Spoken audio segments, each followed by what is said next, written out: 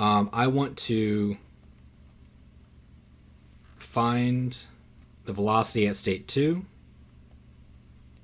and the spring constant K. Right. Yeah. Okay. So that's my objective. So when, like, this is going to be the problem that's going to be on the assessment. All right, I'll just be upfront with you. The assessment is going to be this. So make sure you guys understand this. All right. So the scenario that we've got currently is a ball that's going down the ramp. It's traveling horizontally. It's compressing the spring, and then it's getting launched back up. So in the problem that we're dealing with, it's only going to be dealing with half of this animation. So the instant that it is at the very top, so right here, that's going to be state 1. State 2 is going to be down here when it's no longer on the ramp and it's traveling horizontally. And we are also assuming that there's no friction and there's no air resistance. So all the energy is conserved. And then lastly, state 3 is going to be the instant where I have fully compressed the spring and it's right before it gets launched back up. Okay, so that's state 1, 2, and 3 that I'm going to be referring to. So at state 1, in order to figure out what type of energy is present, we ask ourselves these 3 questions. Is there a height from the ground? So I look at the object, and is there a height from the ground? Indeed, there is. So the ground is this bottom line right here, and the object does have a height from it. It has the potential to fall. So I do have gravitational potential energy. At state 1, this is the instant right when it's been released, so it hasn't had enough time to start moving, so therefore it does not have a velocity.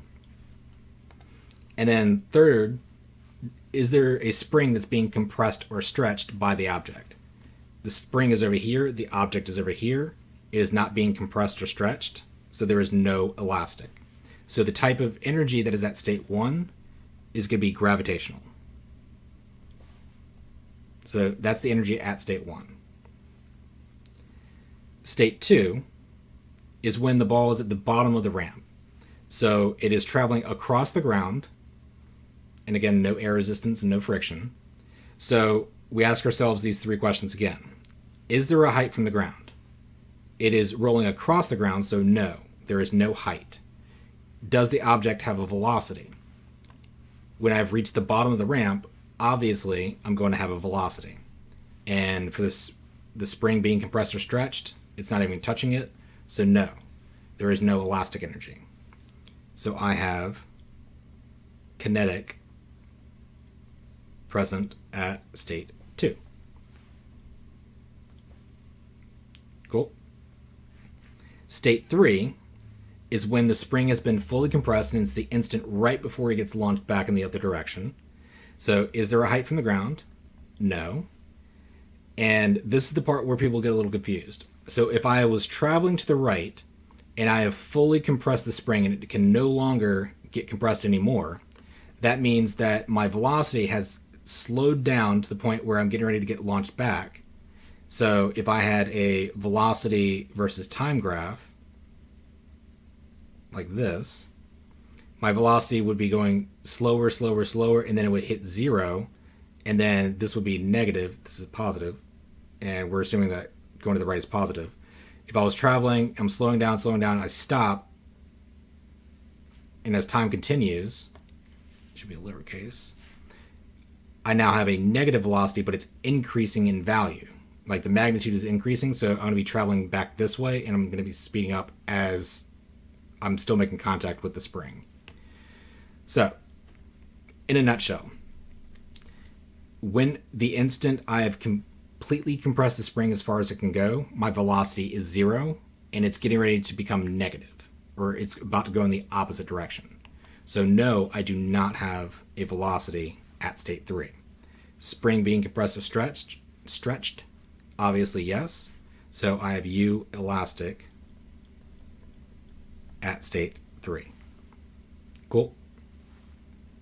So state 1, I have gravitational.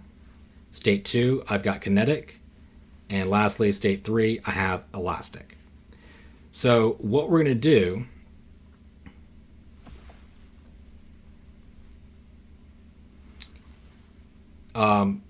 is we're going to use that information that we just got from looking at the scenario, and we're going to use our information from our problem statement.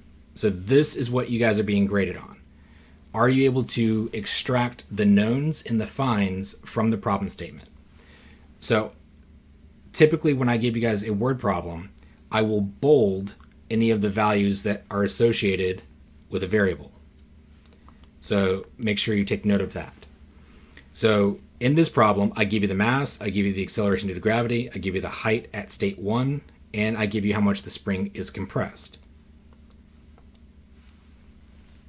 So I'm asking, what is the velocity at state 2, and what is the spring constant at state 3? And technically, I don't really need the subscript for that because there's only one spring, and that doesn't technically change. So my velocity does change throughout the entire problem, so that's why I have a subscript of 2 to represent at state 2. Likewise, with the height, my height does change at certain points throughout the problem. So my height specifically at state 1 is indicated by h sub 1. Cool. So this information is given to you in the problem statement. So we know that with the conservation of energy, all the energy that I have throughout this process remains constant. Doesn't matter where I am or at what time frame I'm at, the total amount of energy remains constant. It just changes forms of energy throughout this process. So that means that at state 1, the total amount of energy, the value, the magnitude of that energy is going to be the same number at state 2 and at state 3. Cool. So we can use this. So energy at state 1, state 2, state 3 are all equal to each other. So the energy at state 1, we figured out over here, was gravitational. And then state 2 and state 3, we got gravitational, we have kinetic, and elastic. So this is where that information that we just got is used. Cool. So this helps us simplify our conservation of energy problem or equation. So all I'm doing in this next step is I'm substituting in what these are equal to. So my gravitational potential energy is equal to mass times gravity times height. My kinetic is 1/2 mv squared.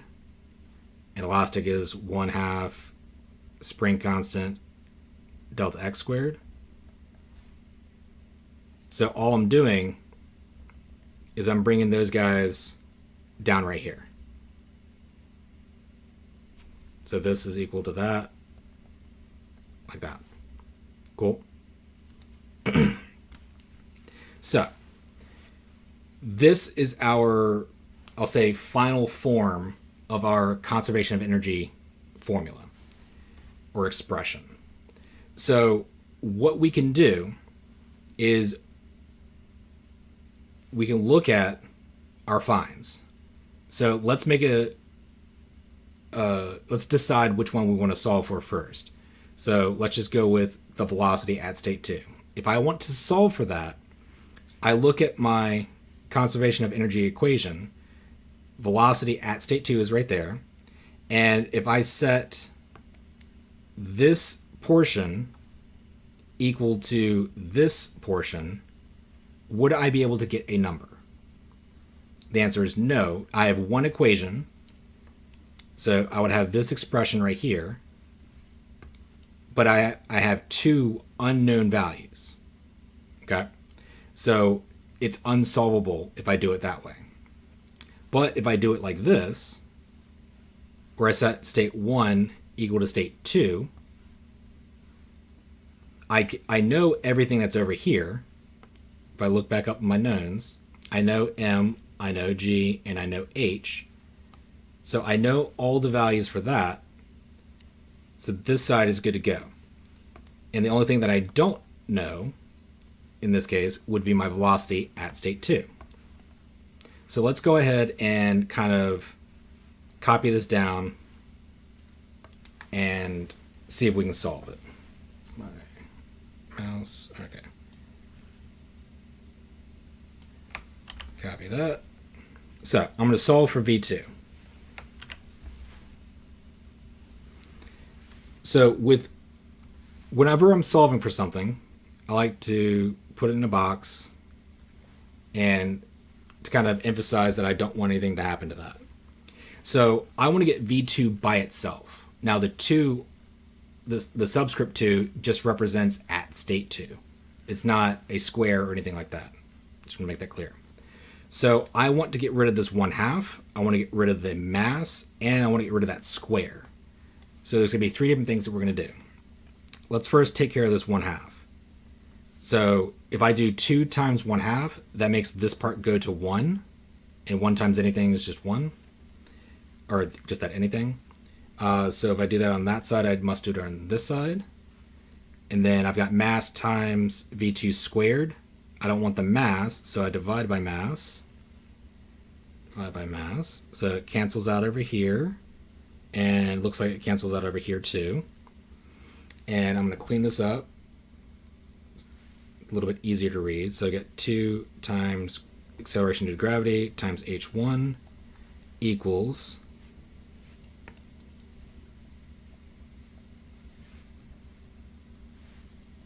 V2 squared. Now, in order to get rid of a square, I have to square root. So I square root everything that's on the right side. I must do that on the left side. So the square root and the 2 cancel out. So what I'm left with is the velocity at state 2 is equal to 2 times gravity times the height at state 1, all under the square root. So this expression is something you guys should write down in your formula sheet if you don't want to do any algebra. So if I give you a problem like this on the assessment, wink wink, then all you have to do, the hardest part is getting the information from the word problem, associating those numbers with the proper variables, with like your knowns and your finds, and then using the equation properly. That's the hardest part of the assessment. Should be pretty straightforward. So notice I haven't talked about the values, the magnitudes of my variables. I'm not going to do that quite yet. So I'm going to show you guys a quick and easy way to do this with Desmos. And it's pretty much a foolproof way of getting the correct answer. All right. So I'm going to put this on hold. I'm not going to get an actual value for this yet. And we're going to actually go through and solve for my spring constant. So one of the ways that is typically taught in a normal physics course is once you solve part A, you can use that number that you solve for and use it for part B. I don't like that. The reason why is because that introduces uncertainty and round off error. So what I would recommend is, so since I had to calculate the velocity at state 2, I cannot use that to solve for my spring constant. So one might think that I can now do this because now that I know this, I have one expression and now I've only got one unknown that I'm solving for because I just found this one. That's not what we're going to do. In order to get the most accurate answer, we are going to do state 1 equals state 3. And because these are all equal, state 1, state 2, and state 3 are all equal in value, this is a valid algebraic? Mathematics? Wow, having a brain fart. It's valid. So what I'm going to do is I'm going to do state 1 equals state 3. So the expression, so mass times gravity times height at state 1 equals 1/2, and then delta x squared. And then I'm going to make spring constant red. All right. So this looks very similar to that one. The shape of the formula looks very similar, but it's going to be a little bit different because before I was solving for this spot, and I digress. All right. So I want to get k by itself, the spring constant. So I need to get rid of the 1/2, and I need to get rid of this delta x squared.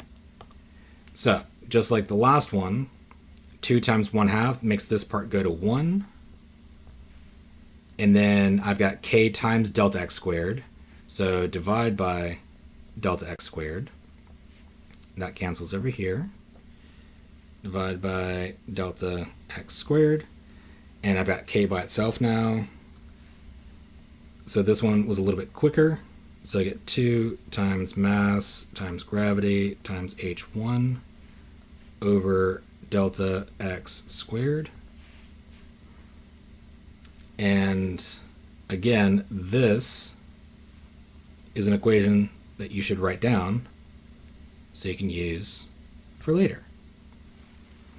So when it comes to the assessment, I will not provide these final equations to kind of incentivize you guys to pay attention during lectures or to watch the videos online. What I will provide are these ones here. So U grav is equal to this, kinetic, and elastic. So I will provide those. All right. So these are the two equations that we're going to utilize to find the values. So I'm going to show you guys a cool little trick with Desmos. Let's switch here. There we go. So what I can do with Desmos is instead of going ahead and plugging in numbers, I can actually use variables in Desmos.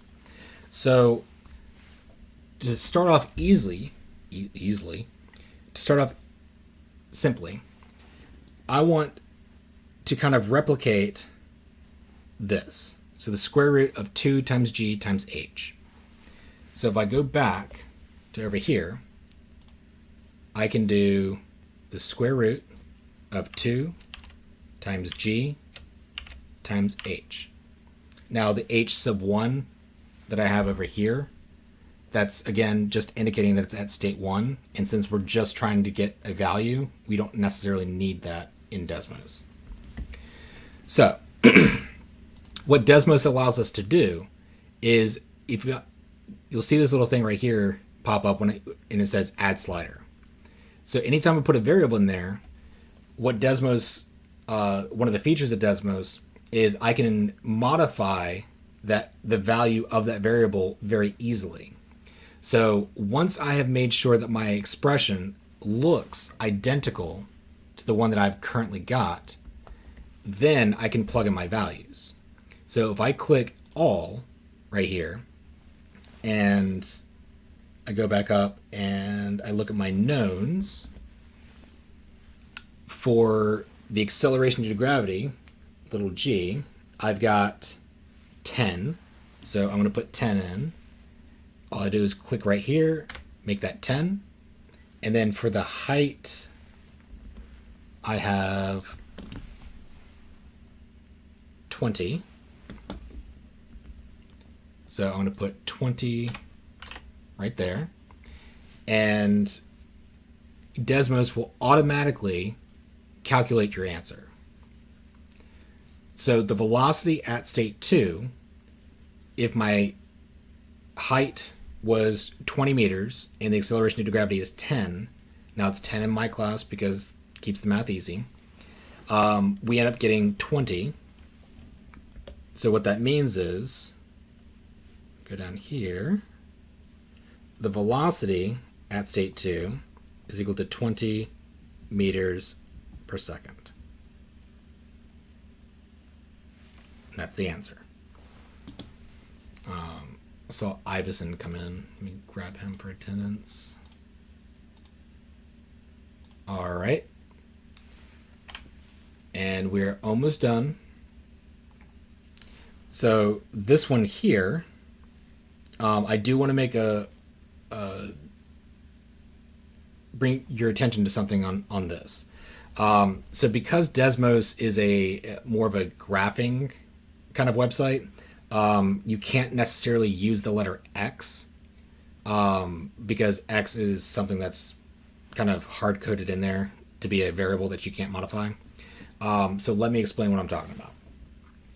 So I want to make sure that the expression that I have in Desmos looks exactly like this, or has the same shape. So, get rid of this. 2 times mass times gravity times height. Now, I want it to look like this, where I've got all that on top of delta x squared. Okay? But if I do divide, it's only applying it to that last variable. Arithmetically, or algebraically, however you want to say it, this technically would come out correct. But in the future, the way that you have your variables, it may not. So that's why I'm emphasizing that it looks the same as what you've written. So in order to do that, what you can do is you can put a closed parentheses, and you'll notice that over here, there's a little bit lighter gray for that one. So that's introducing it automatically puts an open parentheses. So if I go to the end of it, and now I do division, it's all under that now. So if I put X, notice how X doesn't pop up down here. That's because X is already assigned to the graphing portion of this. So what we could also do is just say D for displacement, because I guess we can, it's the displacement of the spring anyways. So we'll just use little d to represent the displacement of the spring. And again, this is just for the Desmos part. And then we're going to square that. So the delta x that I have over here, the delta x is just a variable. It's a placeholder. It's a representation of a value. And instead of using actually delta x, what we're doing is replacing that with d. That's all we're doing. Now, it's the same as the one over here. Oops. It's the same one as, like with this, I'm going to put in my values into here. So what I'm going to do is I'm going to hit all, and then I'm going to go back up to my knowns. So my mass is 5. So I'm going to plug in 5 right there. Gravity is 10. My height was 20. And my displacement of the spring was 1.25. So 5, 10, 20, and 1.25. Now, Desmos automatically pops out an answer. Now, if for some reason you do not get this little box that had, it's like a light gray rectangle, an equal sign, and then a value, if that does not show up, so say if I had 1250 for my distance, right? 1250 meters.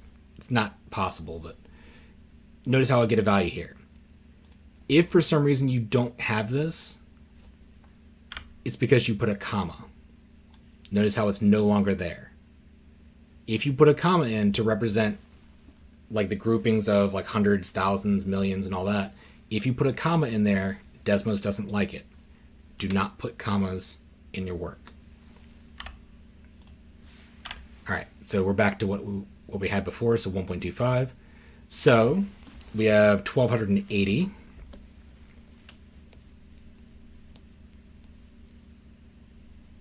So the value for my spring constant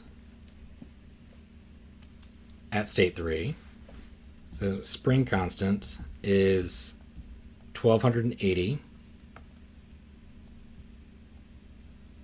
newtons per meter. And here you can put a comma in. And it's that simple. All right, so like I mentioned before, you guys do not y'all don't have to do any of this stuff right here, because I've already done it. I'm not here to grade you on your algebra. I'm here to assess whether or not you can get this stuff here from the problem statement. You recognize that each state has a different energy, and then you can use that information and use these ones properly. Cool. So that's all the assessment's going to be on. I want to keep it simple. I want to keep it easy and as straightforward as possible. Does anybody have any questions?